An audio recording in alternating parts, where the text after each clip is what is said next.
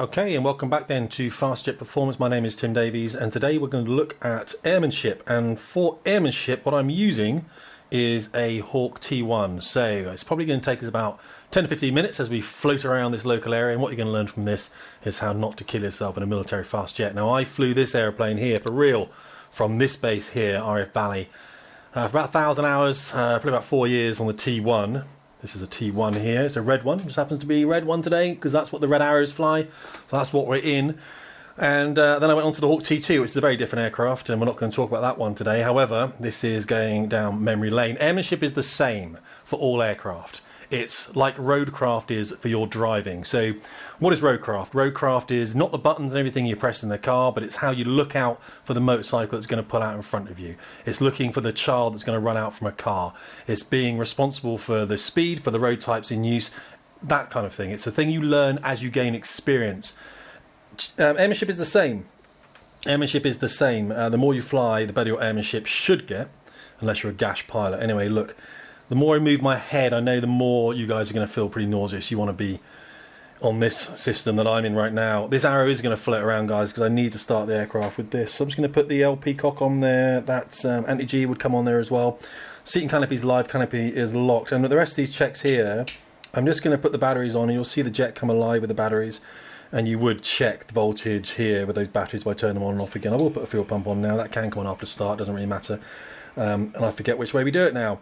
But check that you've got 3 greens and that it is selected down, because if that is selected up, then when you do get hydraulic pressure in the aircraft, I am talking big picture here, the gear will try and travel up. And what actually happens in the Hawk if you do that, a friend of mine did this, he had the gear selected up post-maintenance, and he didn't check that was pushed in. When he did start and hydraulic pressure did happen, the nose wheel collapsed and he rolled forward.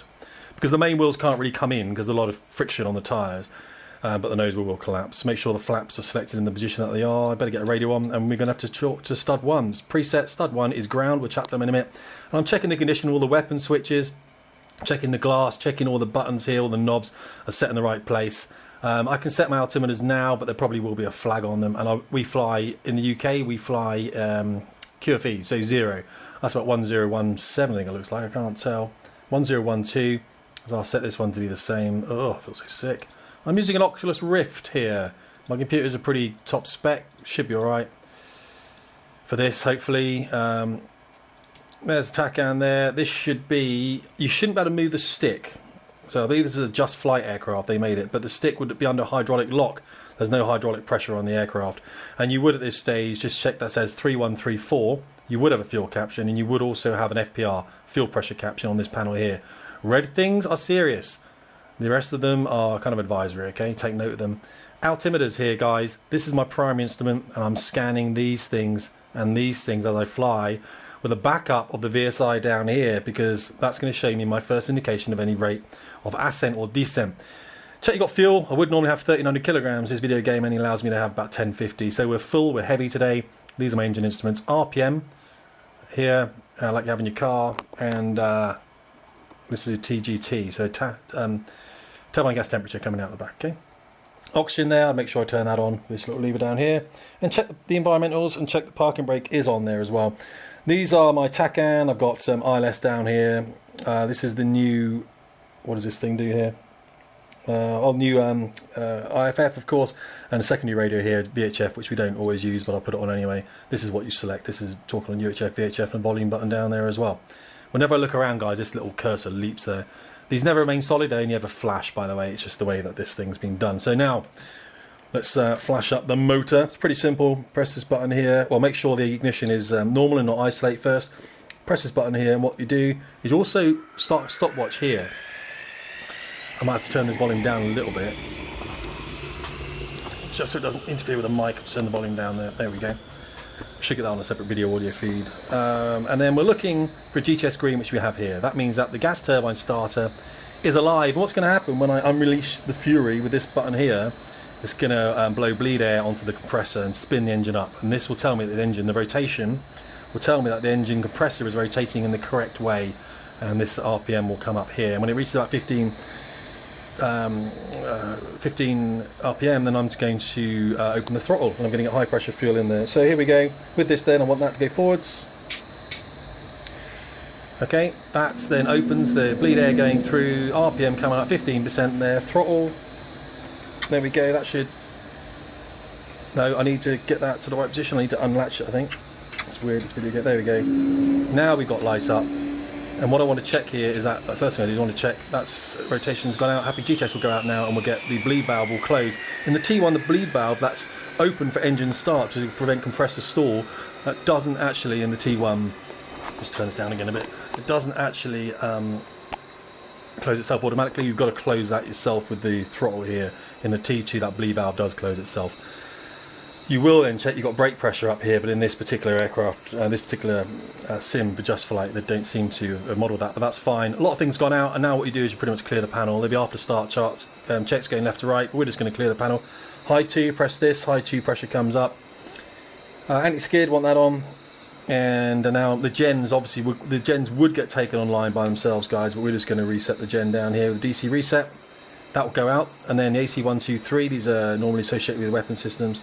We're just gonna press those, and we should get those out. Now there's general husbandry in the aircraft. One of the great things to do, and I'll do videos on this later if people are interested in this sort of thing. If you get your course bar here on your HSI and you align it 133, 134 with the runway, then what that's really good for is if you have an engine failure after takeoff, you know which way to turn. Another thing I do is with the heading bug here, is I sometimes put that onto the runway, onto the heading I need to fly on, if I have an engine failure. And for us going off this runway today, and I'd have a look at the wind, I'm closer to what's called runway 01, so I'm going to put this on 19 there, which is the reciprocal.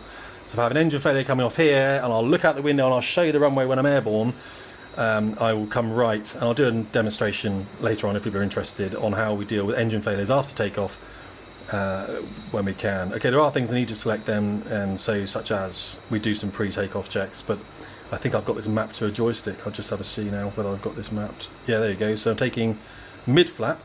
We have mid and down in the T1, and on the Hawk T2 they remapped it to half, 3/4 and full. So I don't know why they did that, but it makes sense. All the pressure's good. You would have brake pressure up here because the parking brake is on, and the hydraulics are obviously feeding the brakes, but they haven't mapped that. When I stand on the brakes, those will go up, and I'll show you that because we take off with full power. Pretty much got the jet then squared away, people. Check that matches that. They do. Check the instrumentation. We are at 0. That's fine, and we'll fly around the QFE today.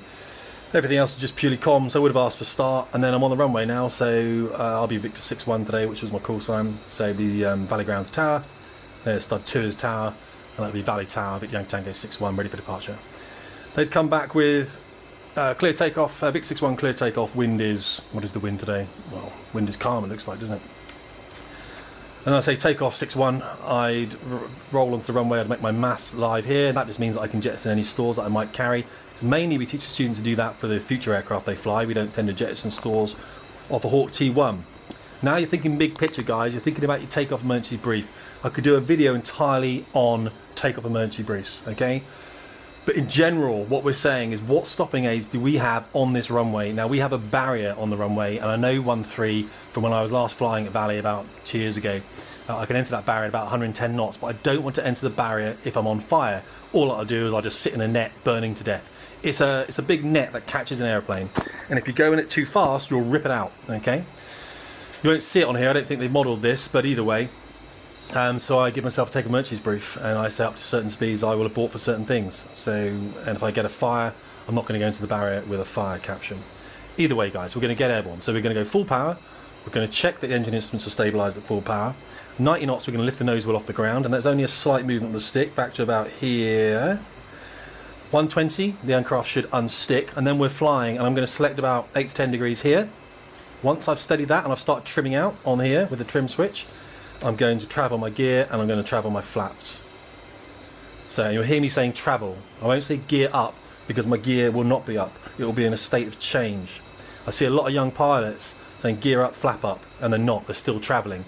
And the problem with doing that is if you then look away because you've told yourself they're up, you may then glance back and there's one nose wheel still hanging and you've oversped the gear. So I say gear travels, flap travels, and then I come back to them, limitation, operation, indication, and I say gear is up, flap is up. Now, I've also got a speed limit on that of 200 knots.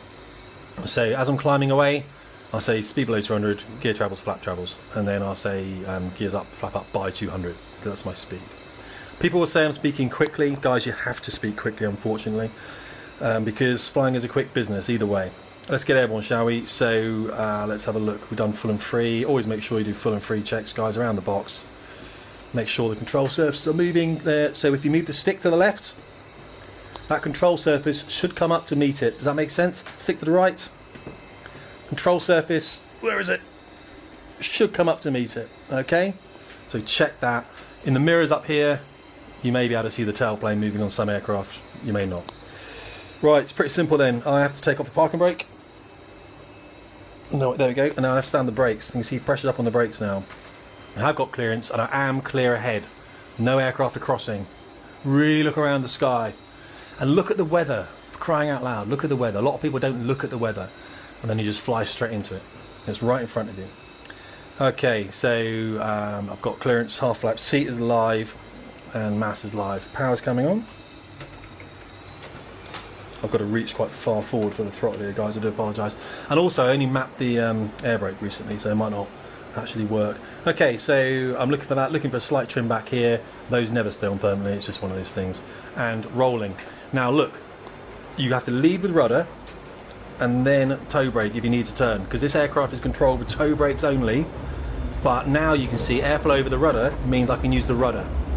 Looking at 90 knots there. Push back. Oh, that's safe, isn't it? That's what I'm talking about, fam. That's what I'm talking about. Right. Positive climb, 8 to 10 degrees, 1 and 2 gear travels. Come on, gear. There you go. Flap travels. No, other way, flap. Oh, I've modelled it differently. Right, hold that. Gear is up by 200, flap is up by 200, panel is clear. Now what I'm doing is I'm resetting about 5 degrees to let the aircraft accelerate. And in this particular model, trim, she does accelerate a bit slower, and I've kind of put that down. Yeah, it used to live down there, Roshanai Grey, or Rossniger. I did put that down, in fact, to the fact you've got pylons on the wings here, and a bit of modelling as well. Right, so we'll go via Mona on the way. Mona's over there on the left. I'll try and move my head slowly, guys. 250 knots, and I'll start manoeuvring now.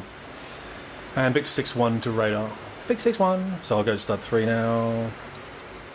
Valley radar, Victor Yankee Tango 6-1 is airborne out of Valley via Mona, and then to the northern plane, which is, okay, that's the radio call, but then the northern plane is just up North Wales, guys, okay? Victor 6-1, much of that. And I'll be squawking like 7,000 or something down here, which would be my IFF code. So above 3,000 feet then you're out of the ATZ, which is the air traffic zone, or military air traffic zone, the MATS. So I'll stay at 3,000 feet. And RF Mona down here is a relief landing ground for us, and if you like these videos and they're educational for you, I'll go and show you some circuits there at some point. I'm only doing 400 knots now because I want to go into the upper air in a second. So there's Mona, a pretty basic field, doesn't really have those buildings on it, but it is a strip of land. Everyone seems to crash there for some reason. Right, so what I'm going to do is, I've got some weather above here, and I don't want to go into that, so I want to go into the hills.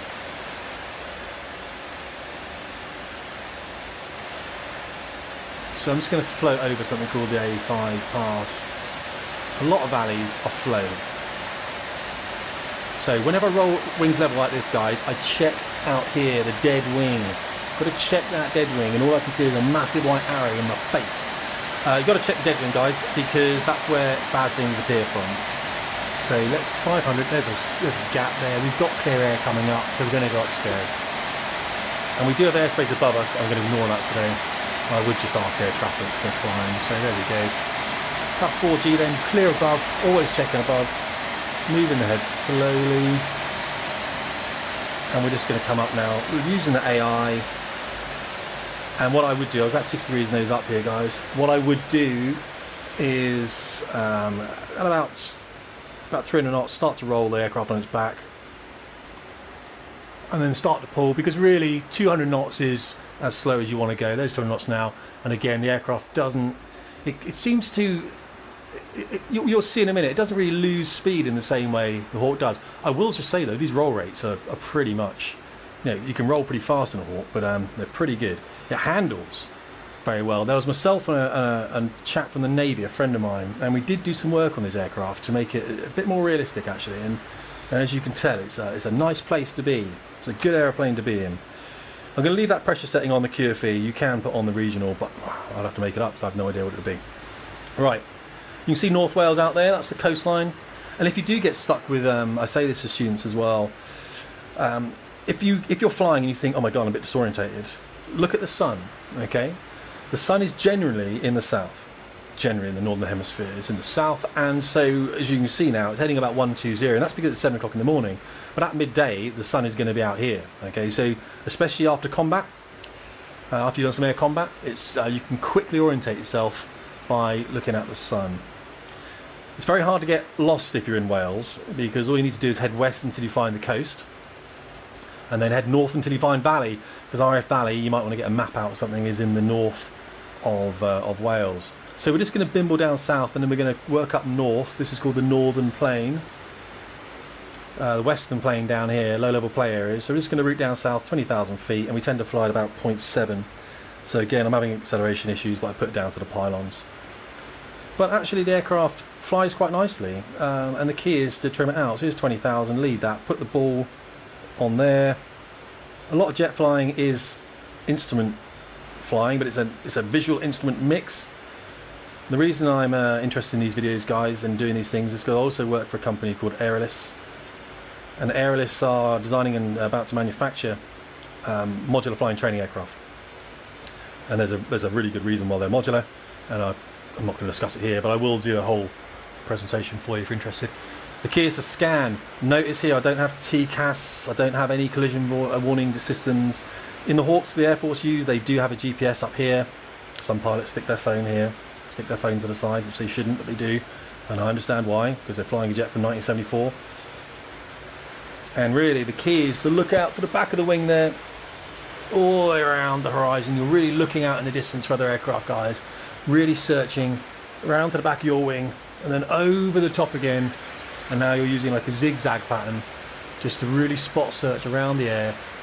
Because if something hits you, it's going to be stationary in the canopy. What I mean is, if there's something like the aircraft we saw as we got airborne, it was crossing right to left, wasn't it, like this, your eyes will follow that. Eyes pick that up. I've got a pheasant in the kitchen at the moment, and my wife's rescuing.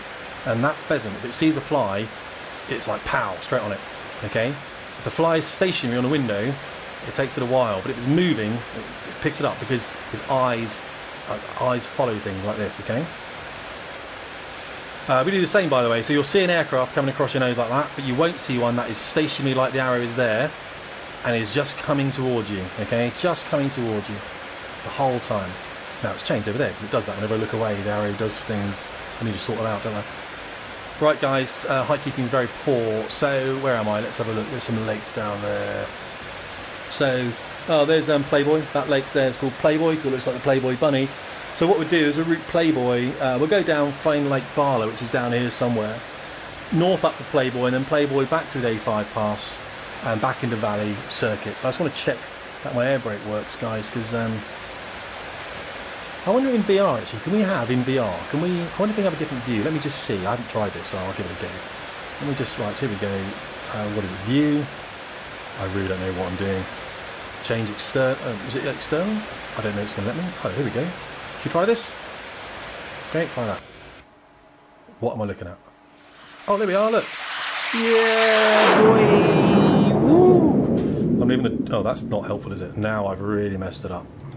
Okay, back in the room. Right, let's not take external views because that is a friggin' nightmare. Friggin' nightmare. And now, having taken that external view, yes, I'm a little bit lost. Where are we? Southeast. Okay, let's go over here. So let's. And heads move fast, by the way, in cockpits. So I'm going to really try and slow mine down. So let's come around over here and then route up to the north. There's a lot of squiggly lakes. You see, we've come quite far south, but there's a lot of squiggly lakes in Wales. So this is Squiggly Lakes, one of the ones here. It doesn't help me out a great deal, but McCutcheff Loop's pretty much there, and I think that could be Lake Barlow on the nose, up there somewhere, leading up to Lake Barlow, up to Playboy up there. So we can probably drop in like it's hot to Lake Barlow. McCutcheff Loop's over here somewhere, and then we'll just route up to Barlow, Playboy, and then we'll have a look. Okay, so constant fuel checks then. We have fuel checks, fuel, oxygen, engine, and location. My fuel then is about 1,000 kilograms. I don't know how I'm not burning any fuel, but I'm not, seems. Oxygen, that's blinking, which means I'm still breathing. You can also check cabin pressure as well here if we need to as well, which is fine. And engine's okay because these things match. I've left full power at the moment because the jet seems to not really want to accelerate that much. And location, well, there's Lake Barlow, so we're going to sort of drop in here, move our way up, and then push north if we can. So before we go and enter low level, there are some checks we need to be. And one of the good things actually to teach you as well is if you are flying and you get lines like this in the cockpit and they start moving like this, or they start moving like this, the jet is moving, okay? So if you fix this and you trim yourself out, we'll go for 20,500 here. Let me just sort this out. There we go, and I'm wings level, nicely trimmed out. Notice how these shadows, they don't really move. Not in any kind of, well they do now of course because I'm doing it myself. Not really in a tangible way. It'd be better, it'd probably work better when these things are casting some shadows. Right. There, down there is the town of Barlow. That's Lake Barlow. So we're going to come over here, drop into this valley here, route our way up to Barlow, and then route north up to Playboy, and then over here, and this is the Menai Straits, and Anglesey is where we came from over there. Now before we enter low level, there's set checks we need to do, okay? So first thing we do is check fuel, make sure we've got enough fuel to actually go down low level, because we are going to be using about 24 kilograms a minute of fuel in the low level environment. Then we check the instruments, it's all right and synchronised, make sure we've got the correct pressure setting on, although I don't know what it is today, so I'm leaving that one on, I can't really read it anyway. These are our fire ads. Radios, we check and put it on low level frequency, and we just call everyone up and say, this is me, I'm entering low level here. Altimetry and demist if we need it. So I'll go to idle now and we'll just float down gingerly. So this is the McCunthorth loop down here, guys. Coming out here, that's where the photographers sit on that bit, and they also sit on this wall up here, okay? So we go around the loop, we go around the loop, okay? And then from the loop we're going to come this way, north, and then we're going to go right. So I'm going to drop in there. Notice how tight it is, it's too tight for me to get in, so I'm going to have to come around here. And I want to be 420 knots on entry. And it gives me a great opportunity, and this is what we used to do on the weather ship, so I'm doing the weather ship out of Valley now. A great opportunity to have a look down this area here, make sure no bad people are down there. Well, bad people, any people really. Oh, I can test my air brake, can't I? My air brake, I should have mapped that now, I haven't mapped that already. There's the air brake there. Air brake travels. Yeah, boy, that's good. And it does make a bit of a burble as well. Yeah, it makes a bit of a noise, doesn't it? So there's my entry over there. So check on that park plane. Nothing out there, no one coming in. That's quite good, air brake coming in, a bit of power coming on. And I'll hover around 3,500, 4,000 feet, so I can look at coming in. The 420 knots I've pretty much got, I'm probably about 360, but 420 is not bad. And I want a southerly heading really. And then we're going to go around the loop once. So what did I say about rolling out, guys? Rolling out. Checking the dead wing. There's Lake Barlow up there. That is a valley that people play in a lot, okay? They play in that valley a lot. So I always used to enter, we've got that valley in a minute, this valley here, checking this valley, no one coming in, and you really don't want to be having snags with anyone coming out the loop. Now I know I'm probably alone this morning because I'm probably the only aircraft out of the valley, but I still want to be respectful of that. So as I enter, I'm looking at that exit.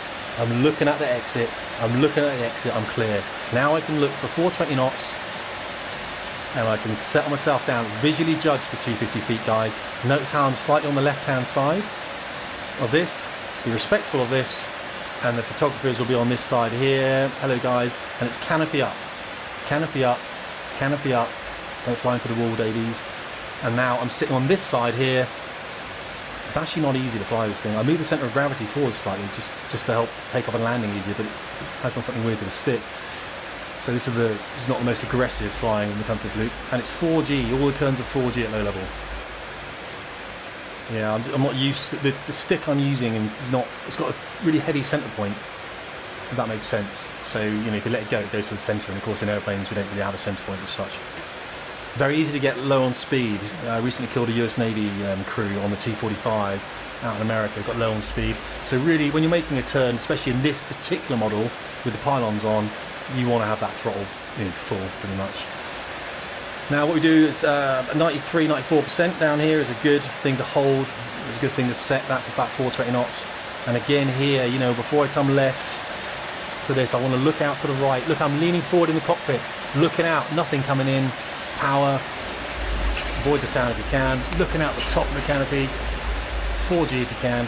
Lots of power in here. And there you go, following the water. Following the water all the way up. Dead wing.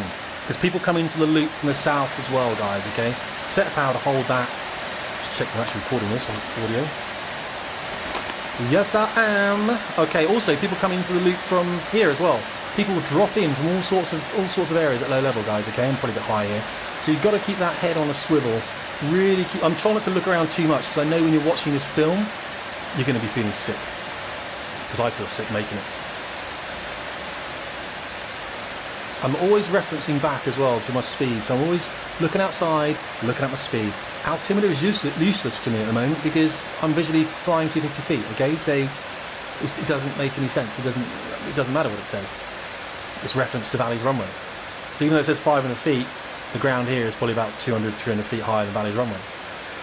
Now we're coming north part here. Sorry about this white arrow, guys. I'll try and someone can tell me something how to get rid of that white arrow. That would be in the comments. Would be pretty cool.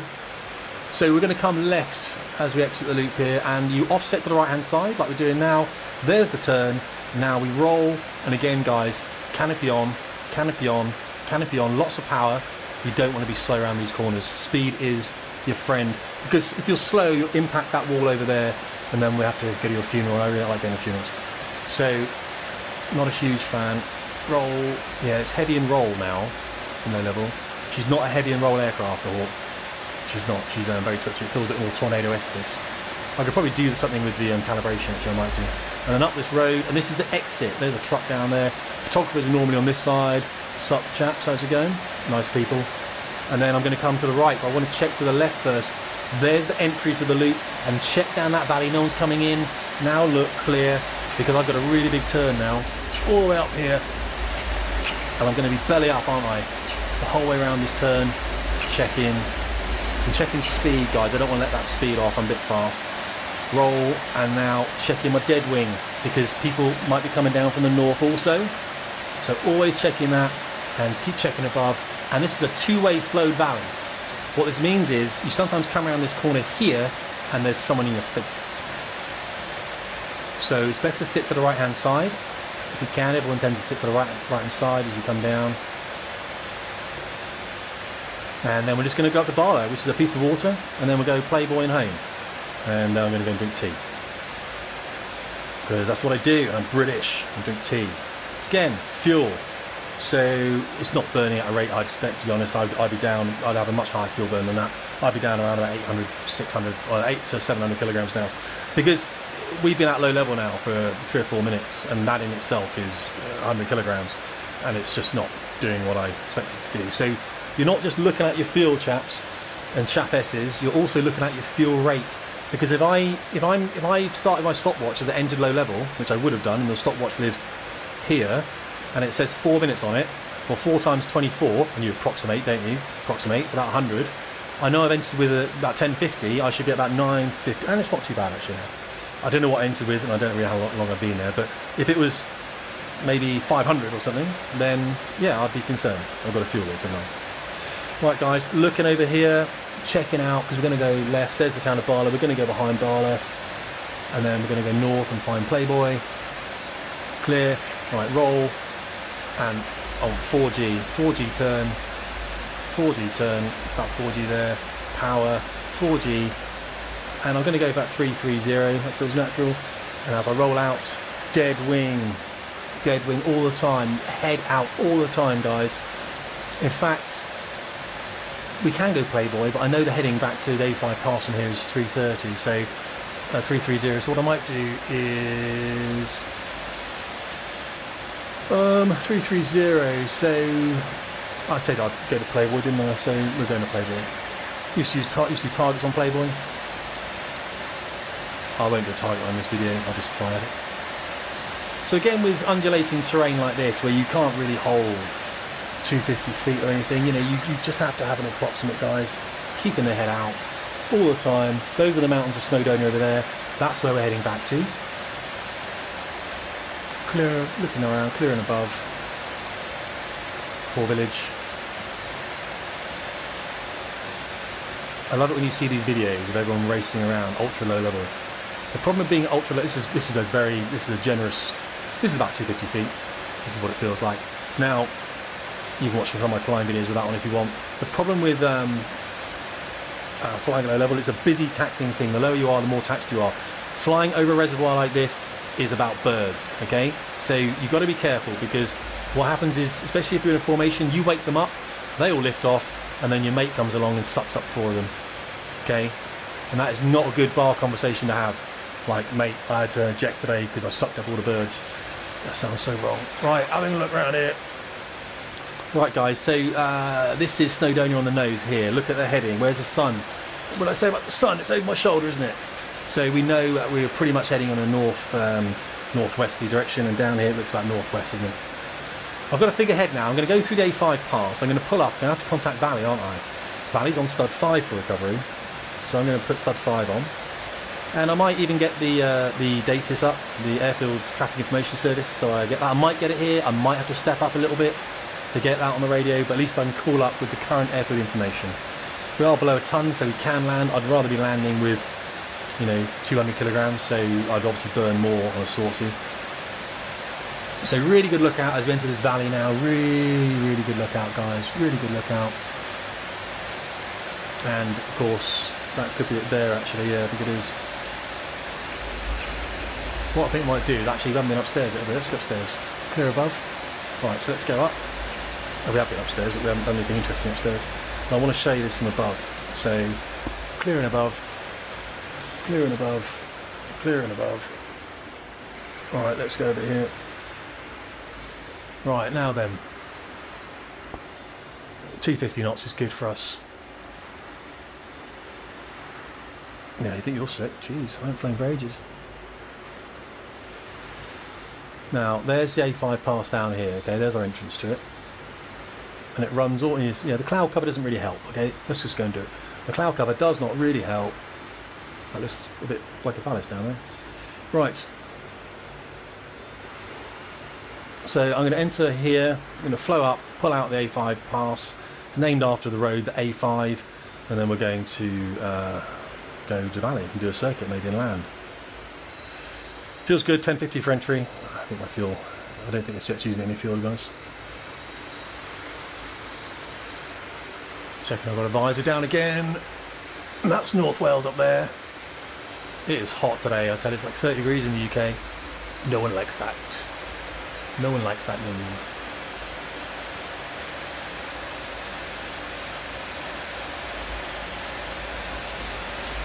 Well, that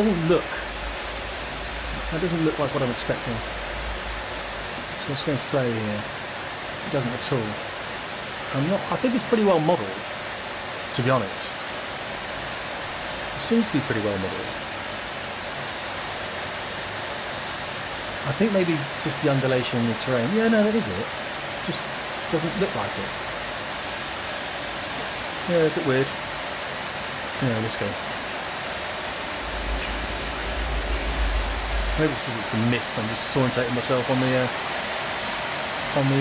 northern plain area.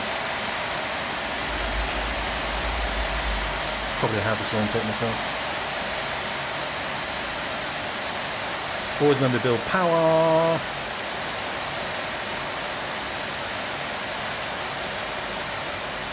Actually, there should be a lake coming around. There's a lake there. Easy to fly into lakes, so be careful.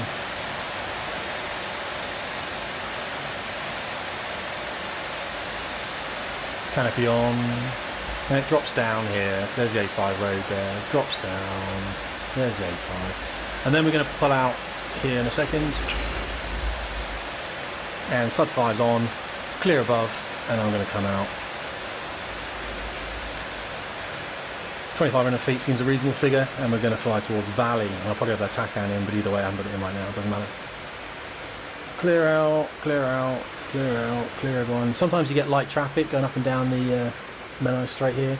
Either way, if we do go to Valley, we can either go straight across Mona or we have to route via the north of the island here, so I'm just going to kind of point at Valley today because I want to go and drink tea. In fact, I'm going to drink tea now. Stand by.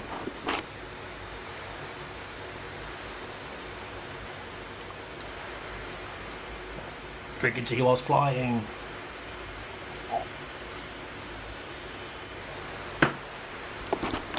That's why you shouldn't go and fly jets, guys, because we don't have cup holders.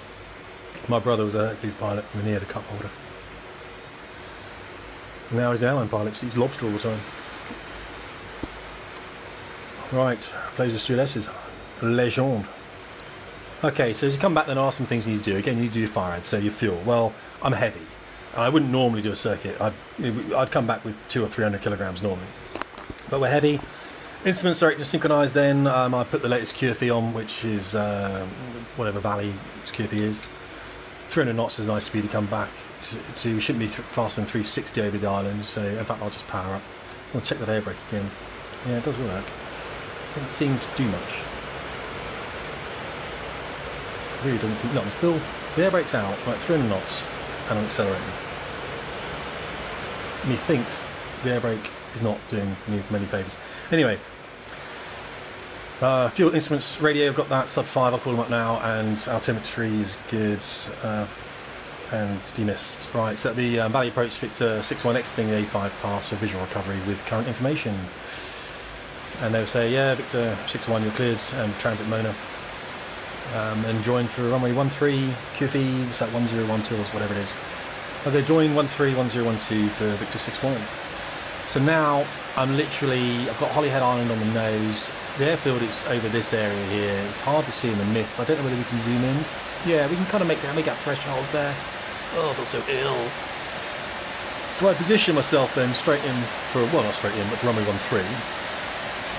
And I'm going to do a circuit, and it's going to be awful. Genuinely awful. And I'm making my apologies now, because I know how bad it's going to be. But what I will do is I will set my heading bug for downwind. It's a light wind day today, but you put the heading bug on like 315 or something like that, because there's no wind. If there was a considerable amount of wind, there's the airfield. Say the wind was from the north, well, I'd want to fly a heading out here maybe of 325 or something like that. But there's not. And if you want me to do circuits are really hard in this game. Circuits are kind of hard anyway. And I think all the other air forces in the world laugh at the fact we do them. The circuit is the quickest way to get back into your airfield and have the Royal Air Force Regiment protect you. Oh, I've got to set my setup up properly, guys, because my throttle is miles away. Right, of course, when you're visual with a field like this, you want to go tower. So Victor 61 to tower. Victor 61. Now it's stud 2, so take my hand off the stick. Move this round. Good. I'm going to mess up gear selection. I'm going to mess up flap selection. I know I am. So they tell me there's any traffic effect. Valley Tower, Victor Tango 61, join. Victor 61, join runway 131012. Join 13, Victor 61. So a lot of people would fly this turn as a oneer, but if you think about it, if anyone else is joining now from out the west, yeah, I'm in a world of pain. So roll it halfway around, check, no one's coming in, cool, look back out, someone tell me where the runway is. This is the problem. That's why I couldn't find A5. I reckon it's a visibility issue. I might have to sort it out. So we're going to go for break land, and we're going to do that from 500 feet. And I think we're going to run into real problems here, guys. So, because you want to be at 420, and I think you want to be down here about 360. And the problem is, Vic 61 initials, Vic 61. So 500 is about here. I know this is probably not going to work. So actually, let's go for about 300, because I know this air brake is going to be a bit of a snag. There's 500. It's a climbing brake, downwind, and all I'm going to do is turn onto the heading bug down here. That's what I'm going to fly to. Pull 4G with the air brake, and I need to be around about 200 knots on rollout, and I know I'm not going to be, so I'm going to leave it a bit longer. There's a train. Downwind is clear, nothing downwind there. So roll, pull, idle, air brake, travels, and I want to put about 4G, come on, and I want to get to 1,000 feet. Come on, it's hard to do in this. I'm not making excuses. This is not easy. Oh my goodness, I think other pilots should try this. This is really difficult. No, keep air brake out. What happened there? I think I put the air brake in. Right, so there we go. 1,000 feet, come on air brake. 1,000 feet, dead wing. Vic 61 brake land.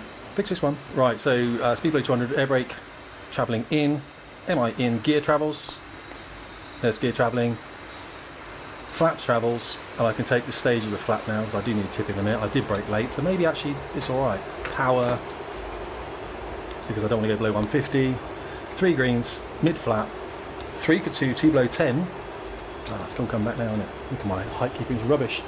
Right, 150, come on. There we go, there's the threshold. Now, this is hard.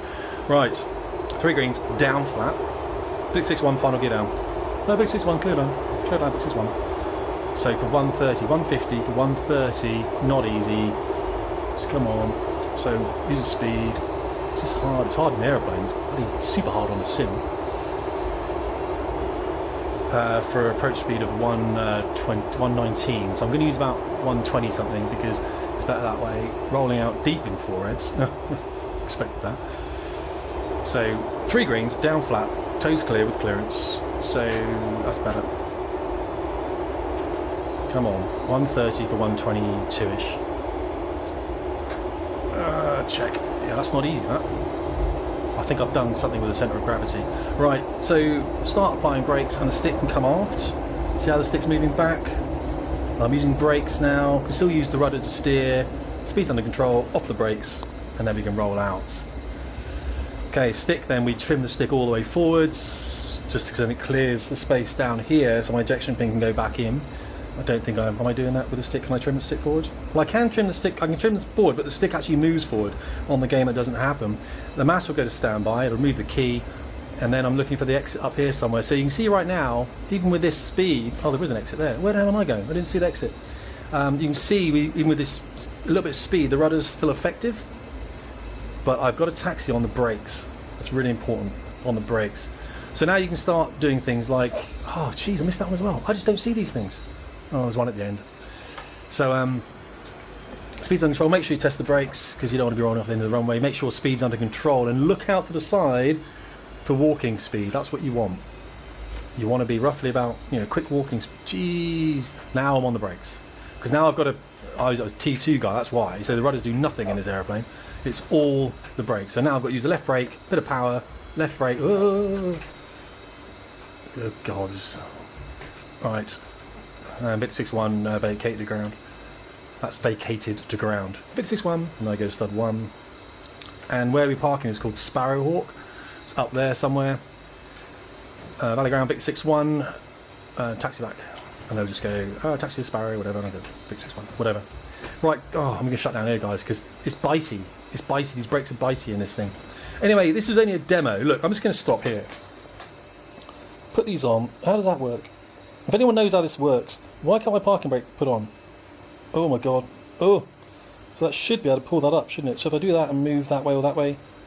Oh, come on. Right, I've got to do something. No. Oh, don't do that. I haven't got a parking brake. Whatevs. Right, look. Say I was shutting down now anyway. The parking brake would be on, okay? My flaps go back to a mid position. For many pilots out there, this is really boring, by the way. I don't tell them I'm shutting down, I just shut down. But I just tidy up the cockpit, all lights can go off, and then down here anti-skid goes off as I taxi back, getting down on the ground, and then I didn't fly with the pitot, I didn't really put that in because I wasn't doing any formalised checks. Fuel pump goes off, engine start goes off, and then when I shut this down, it should shut the engine down because I pull the gate up here and move the throttle back, but it doesn't seem to shut the engine down in this for some reason. I don't know why that is. That would shut the engine down here. You'd have all sorts of captions. So the only way to shut this down is with the LP cock for some reason, and then it binds down, and you get the, you make sure your seat and your canopy are live with the pin here and the pin there, and then I open the canopy. It opens really quickly. There we go. Oh my goodness! And then we go and drink tea, and obviously make sure you turn the jet off. Guys, this was only a film. I know I speak quickly in this film, and I know it's a bit gash and all that, and there's not fancy music and stuff, don't get me wrong, but if you want to see these kind of things, and I can get in this aeroplane and I can teach you about airmanship and I can teach you about circuits, and it might be of use, well, to anyone going through military flying training, but it might be useful for everyday pilots, okay? And I've got to do this for airless anyway because I'm ahead of their training and strategy and things like that, so I have to look at workflows and routines to help students. All right, so that was a quick jaunt from a QFI, from a flying instructor in the Hawk, and it's just a gash little tape. hoping that you know, you guys might like get something out of it. Hopefully, okay. All right. Look, thanks so much, guys. Really appreciate it. Tim Davies, Fast Jet Performance.